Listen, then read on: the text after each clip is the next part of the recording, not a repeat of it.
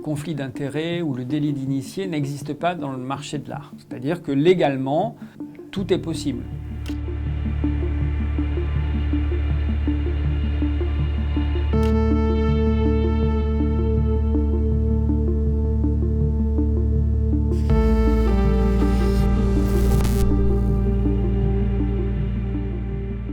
Madame Hélène Leloup, c'est une marchande d'art depuis la fin des années 50. Dans ces années-là, elle a fait ses premiers voyages en Afrique et elle a commencé à ramener des objets et à les vendre.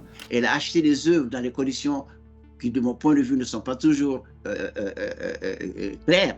Elle va conseiller les collectionneurs, elle va conseiller les maisons de vente aux enchères, elle va vendre elle-même jusqu'à la mise en place du musée du Quai Branly où elle va devenir administratrice des Amis du Quai Branly. Elle va siéger à la commission des acquisitions. C'est la commission qui décide chaque année quelles œuvres vont être achetées pour venir compléter les collections du musée. Elle va aussi être commissaire d'exposition pour une grande exposition consacrée à l'art dogon. Donc si vous organisez une exposition, que vous en êtes la commissaire, vous pouvez jouer sur certaines mécaniques du marché et profiter d'une hausse des prix pour faire des plus-values. Le marché fonctionne comme ça. Lorsqu'effectivement il y a un intérêt sur une catégorie d'objets, évidemment les prix deviennent excessivement élevés. Et c'est ce qui s'est passé pour les objets d'art africain, et je pense d'une certaine manière à la faveur donc, du lancement du musée du Quai Branly.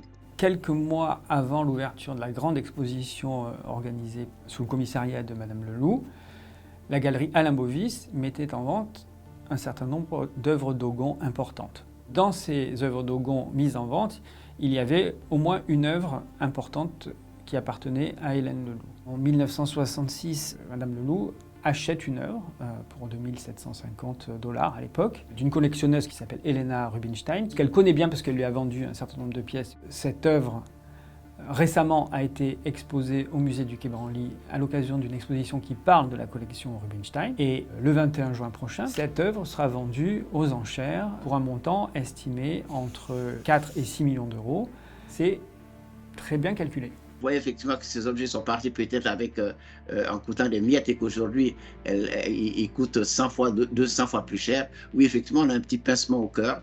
Il faut qu'on soit aussi capable de perturber le fonctionnement normal du marché. Si les pièces ont été acquises de façon illégitime ou illégale, évidemment, le Mali doit être capable de s'opposer à la vente et de chercher par des moyens soit juridiques, soit par des moyens de pression, etc., de pouvoir effectivement participer d'une manière ou d'une autre à leur acquisition ou à leur retour en Afrique. Aujourd'hui,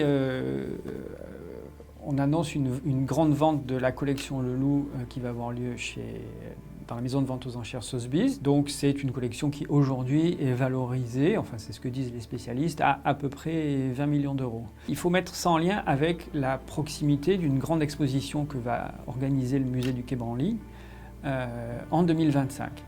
Je crois que ce n'est pas un hasard si la vente aux enchères a lieu maintenant. Dans le catalogue de la vente, il y a 16 lots où la seule provenance indiquée, c'est collection Hélène Leloup. Alors, en fait, ce sont des œuvres qui viennent d'Afrique, mais l'indication de l'endroit d'où elles viennent, où est-ce qu'elles ont été récoltées, par qui, on ne sait pas.